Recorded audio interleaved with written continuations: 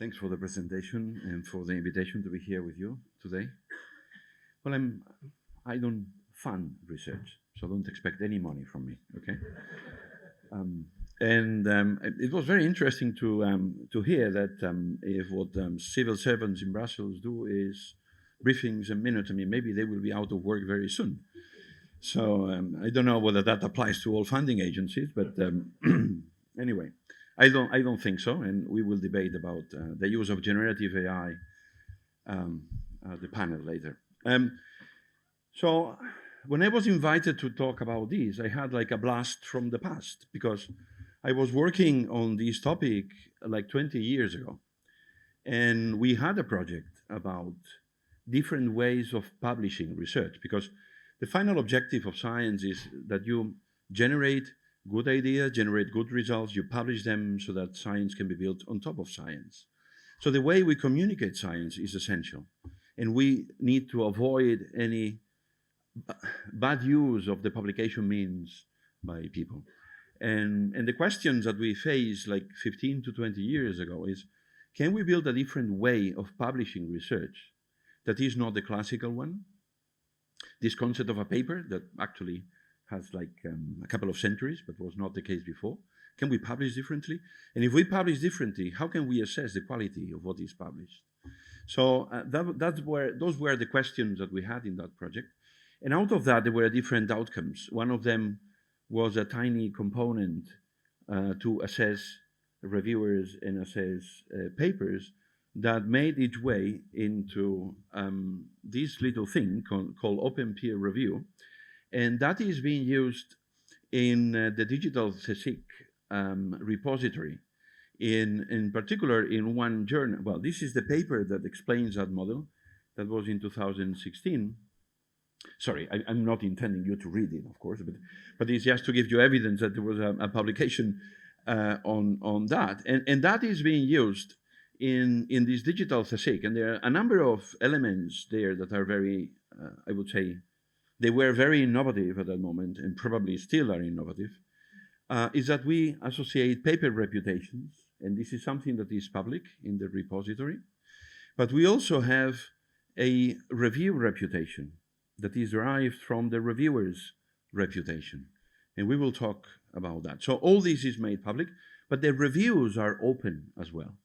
So the idea here is that when I write a review about a paper, that review becomes another object that can be evaluated itself, okay? And these ideas percolated here and come from this project. It was a FED project. It's a pity that we have people from ERC. It's a real pity that FED is not being funded anymore. We have been pushed into the European Innovation Council, which is okay, but I think FED played a very important role in collaborative research in which new ideas were kind of discussed. And this is the case of this project, in which we talked about liquid publications. I will first explain you the ideas behind that to see if that spark interest on you, and then we'll go to something more practical after that. So, what's the motivation? I will not be talking about projects, funding projects. I will talk about papers, okay? To a large extent, a project proposal, a paper, have many similarities. And the techniques you apply to reviewing papers can be applied to reviewing or evaluating project proposals, okay? So what's the problem? I mean, too much time reviewing papers. I mean, we academics spend a huge amount of time reviewing one another's work, okay? And this has been exploding in recent years. I mean, I was listening to 600 project proposals. I mean, in the last NeoRIPS, there were 12,000 papers to be reviewed. And that had to be done in less than a month or around a month. I mean, how do you do that? 3 reviews per paper, 36,000 reviews in a month? Where do you get the reviewers from? Okay, there are other issues, like legal issues, reusing your own materials. Okay, I wrote a nice introduction to the topic in a paper, wonderful. Now, I want to report a new use case using the same model. I cannot reuse that because the plagiarism tool will say, hey, this was written in a previous paper. Yes, it was my paper. I'm kind of reporting a new use case. Why can't I use that? That is exactly the same that I need now. I need to rewrite it. That is silly. Limitations on the publishable content. I mean, we go to conference, you have 6 pages, or you can publish in 2 pages.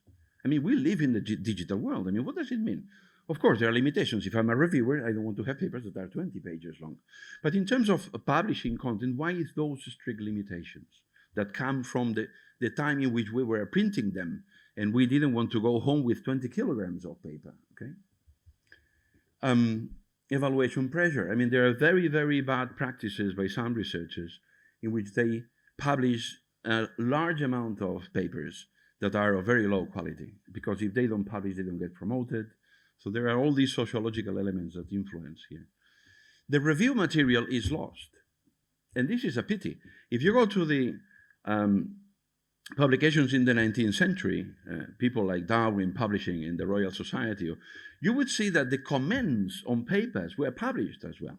So the reviews were valuable materials. Now, in most of our communities, we are losing that material. It's lost. And that's very important. Why not seeing a very nice review to your work and then see, oh my God, this guy knows very much about this topic, contacting the reviewer and say, why don't we write together a paper in which we solve the problems that you detected in my work, so we can collaborate and continue work. I think this idea that reviews should be anonymous and hidden, I think this is something that should be changed. And there are very simplistic models of decision making. At least in computer science and artificial intelligence, in the end, people give a number and there is a self-confidence, and then what you do is a weighted average of the confidence multiplying the number. And that gives you a ranking, and that's it. The cutting line, and then you pass or you don't pass. So all these things happened already 20 years ago and long before, but are even more pressing now, I think. What did we propose? Something very crazy, and you may say at the end, today I listened to a crazy guy talking about how to organize publications. But we had the idea that we would have 3 types of notes. We would have what we would call SKOs, scientific knowledge object. We would have researchers, and we would have fields of research. So with different relationships between them. Of course, between a researcher and an SKO, we could have different relationships. Like I'm an author of that SKO, or I'm a reviewer of that SKO, okay? And similarly with the others. You can have, for instance, structural graphs in which we have a conference that is composed of papers and papers that are composed of sections. Why is it interesting having that distinction? Because sometimes, and probably you can find examples, you review a paper and you say, oh my God, the background knowledge is fantastic, it's very well done, but the model is wrong. But the state of the art is really nice. Why shouldn't we consider the different elements in a paper on their own, so that you can say, this is very good, this is not so good? We have to refer to the paper. In the narrative we can refer, but in the end, we are evaluating the paper as a whole. Having part of could be an interesting way of a fine-grained analysis of the research output. We can have versioning.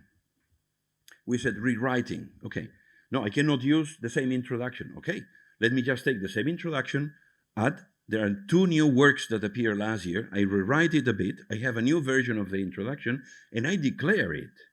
There was this introduction, I have now a new introduction with some add-ons. It's a revision of the introduction. I don't need to spend a couple of days rewriting my introduction. I simply add what I have to add and I declare it.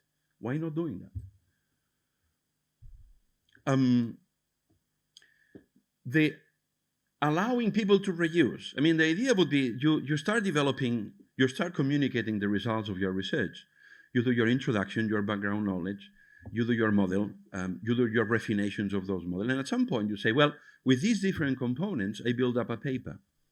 In that context, we call that like freezing a paper. At some point in time, all these things that are dynamics, you say, well, now this is a paper, and I declare that as an element that people could read. Why not allowing that certain parts could be used in more than one paper? Again, we have this part that is being used in this paper, in that paper, just point to it. If we increase the granularity, we are talking about digital object. We are in a world in which we have DOIs for everything. Why not having this digital object as independent entities? Okay, also the idea of text as a paper, as something that starts with a letter and finishes with a letter at the end. I mean, a very long string of papers, of characters, is also something that we could revisit.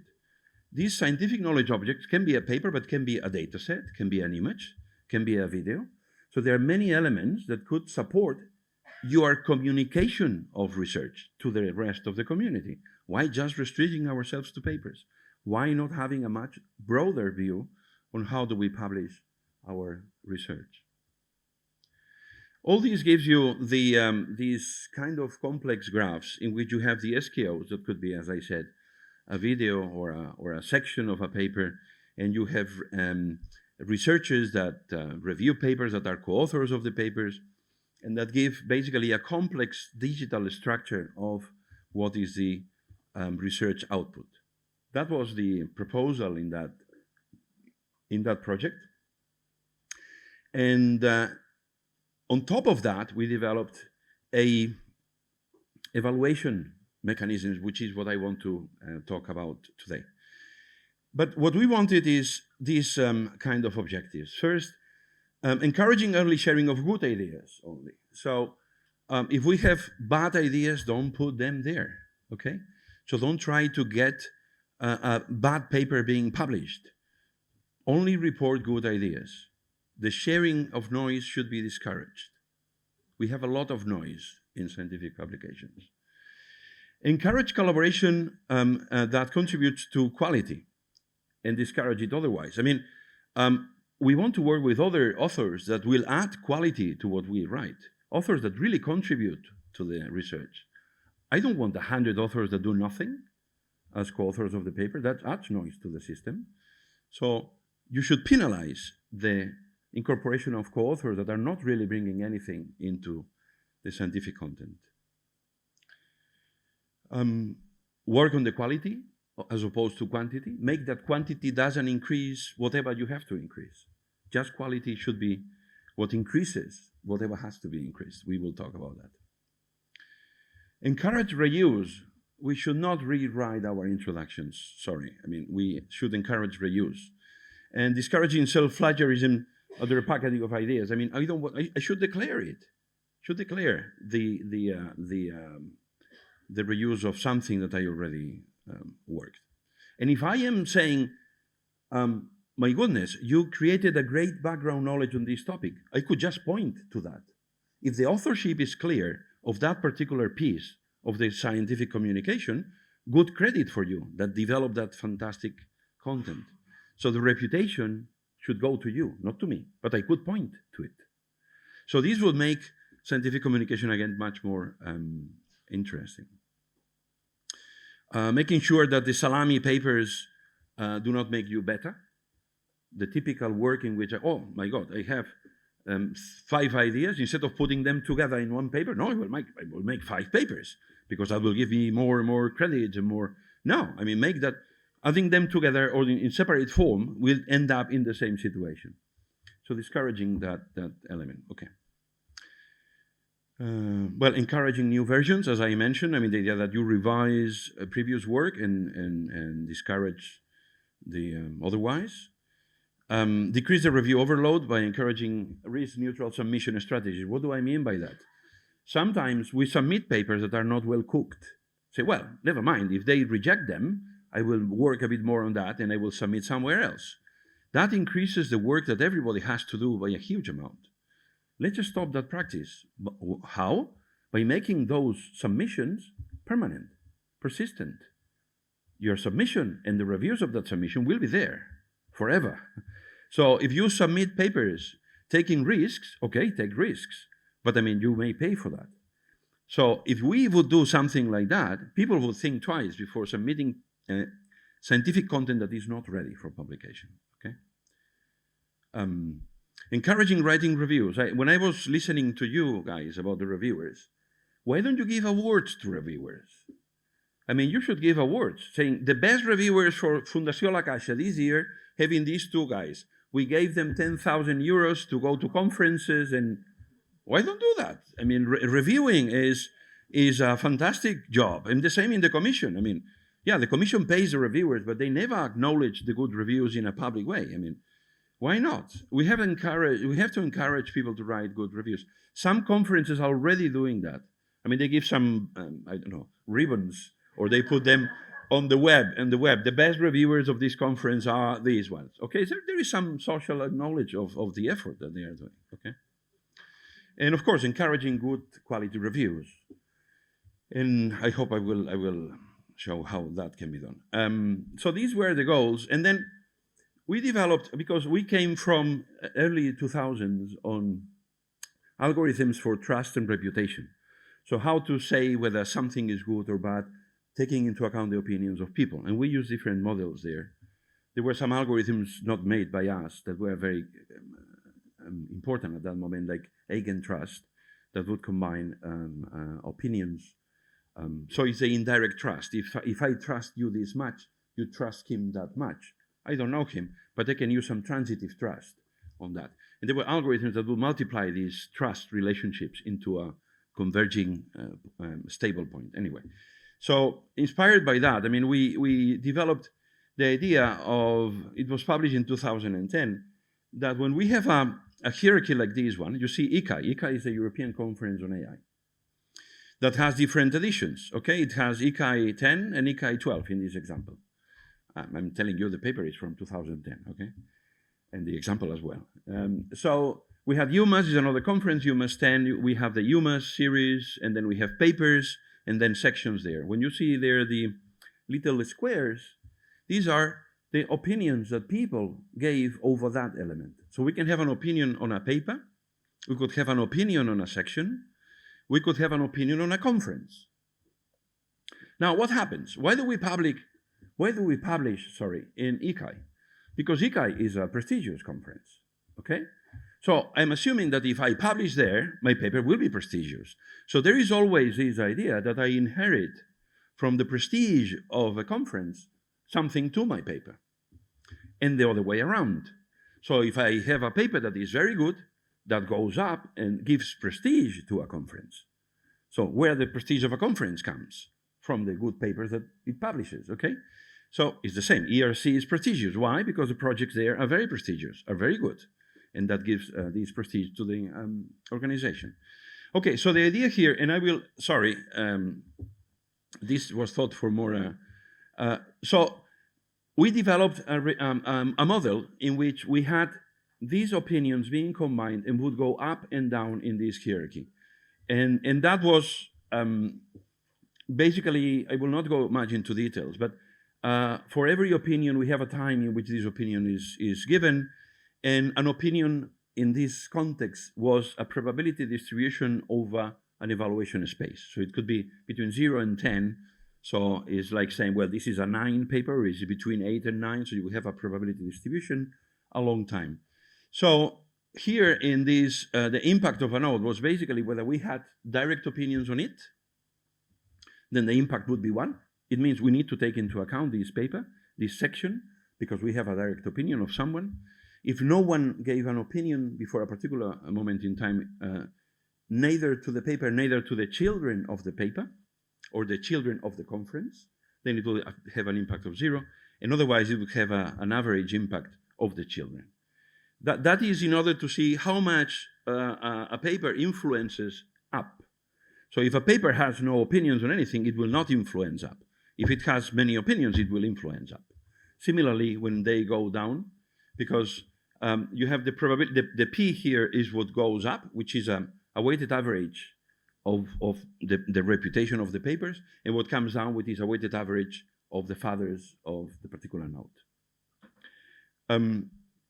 I will not go much into details here. I mean, there are papers that you can look into that, but that model allowed for a probabilistic understanding of how reputation of papers would go.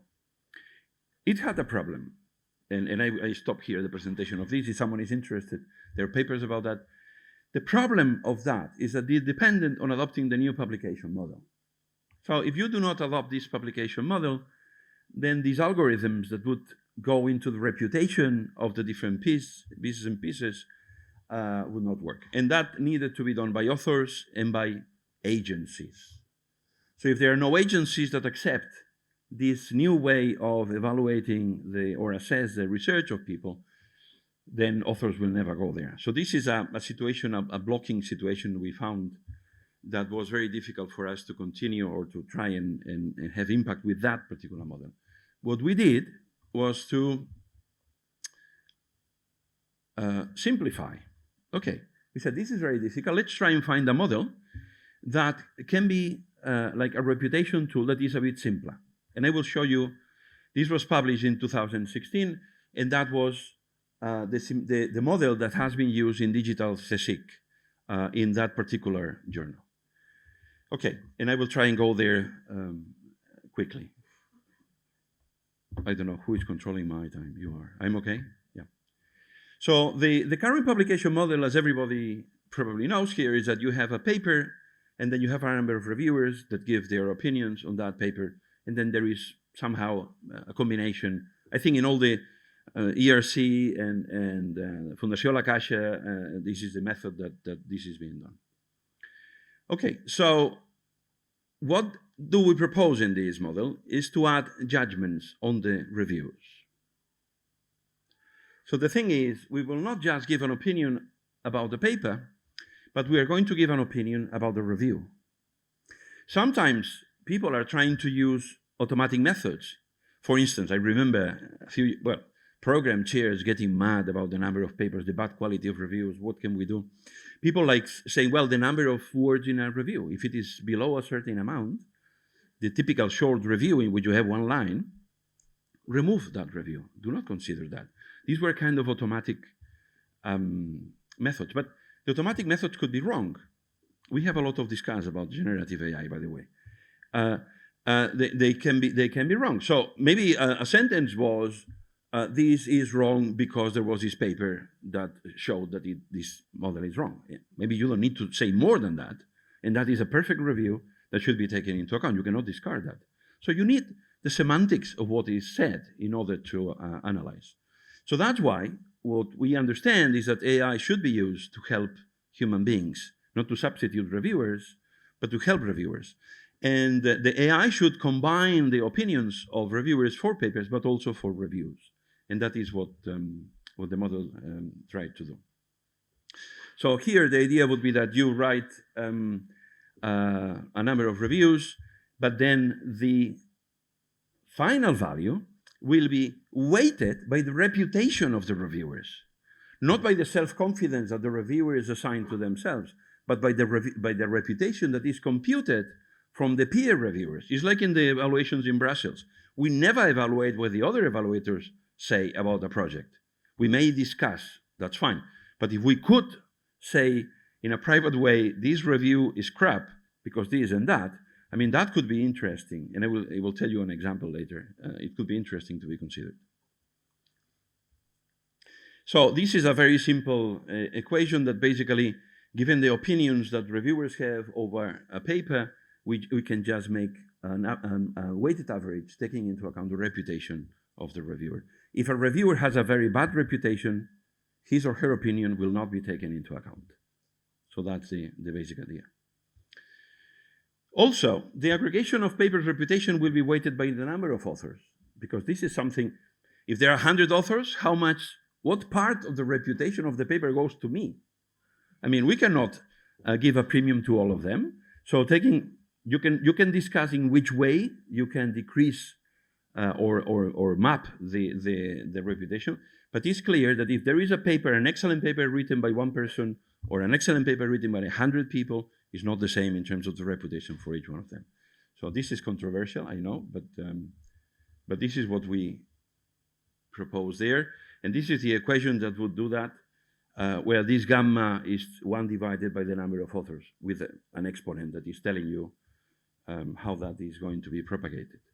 But the final idea is that there will be a reputation as an author for a reviewer, okay? But you will have also a reputation as a reviewer. That is not necessarily the same thing. You may be an excellent author and a crap reviewer, okay? And we all know that. And so the idea here would be that the reviewer's reputation will be the aggregation of the opinion of others about the reviews that they have done, weighted by the reviewer reputation of the others. So if someone with a very bad review reputation says that my reviews are crap, that will not be taken into account, okay? So that's why we need algorithms that determine the fixed point in which these reputations are computed. Okay, is a minor detail here where AI could be also used, is that I may give a direct opinion on your paper, okay? Nuria's paper, I say, is very good, okay? Or I may not give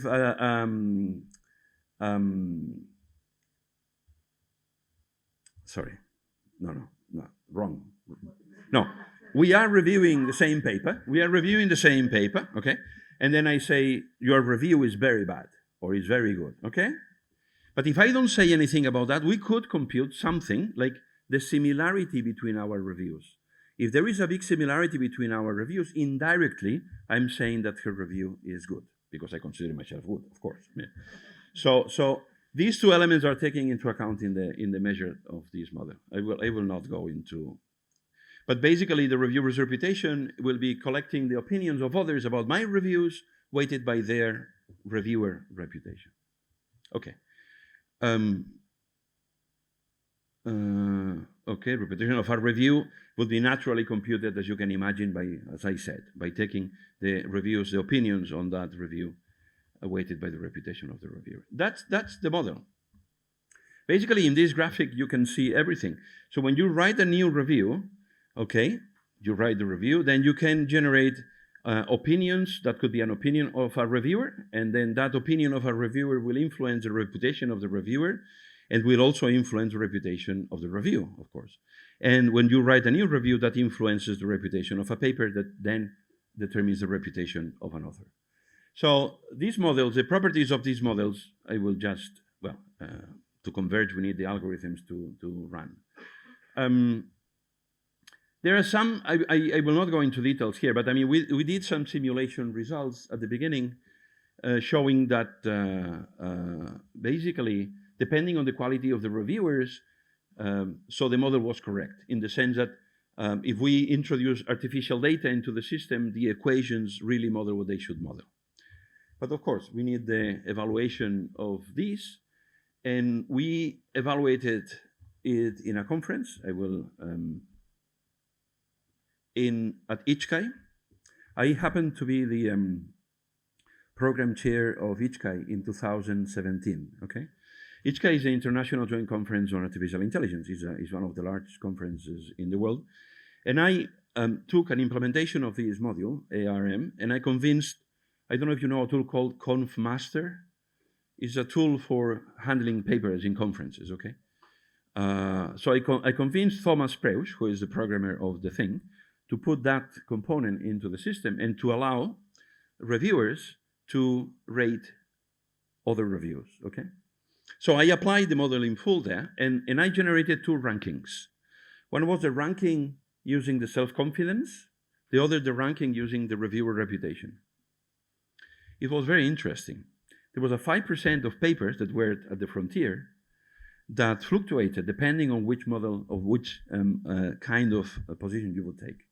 I saved many papers because they were good according to the reputation of reviews, and when looking into, and you could understand that by then looking into the reviews. So for the analysis of the frontier, that was extremely good in order to save papers. These kind of false negatives, so papers that were considered to be bad could be saved because of the model. So I think it has some value. This particular model, ARM, is not too, how to say, changing the way we do things, is building on the current practice, just adding this element of reviewing the reviewers, and it's not as complicated as the original liquid pub that implied all this change in the publication model. So I think we should go, this is an example of the directions we could use. but basically using AI as a tool that supports, as had been said already, the work of the reviewers in the process. And to finish, yeah, basically what I recovered from the past, it was very funny because I was reading my papers that were 15, 20 years old on how these worked. And well, the idea here was to introduce judgments into the process, and having a more precise reviewer reputation implies a more precise paper reputation and then a more precise author reputation. So the idea here would be that we can use, of course, we don't publish in digital CSIC the reputation of authors. We are not that wild, but we publish the reputation of papers and the reputation of reviews. And I think that's an interesting move forward. I think we have to move more into open peer reviews, and I think that could be something that could be interesting for the funding agencies as well, so that the reviews, why not making them public, and that the reviewers stand by what they say of a project or of a paper. I think these are practices we should start incorporating. Thank you very much.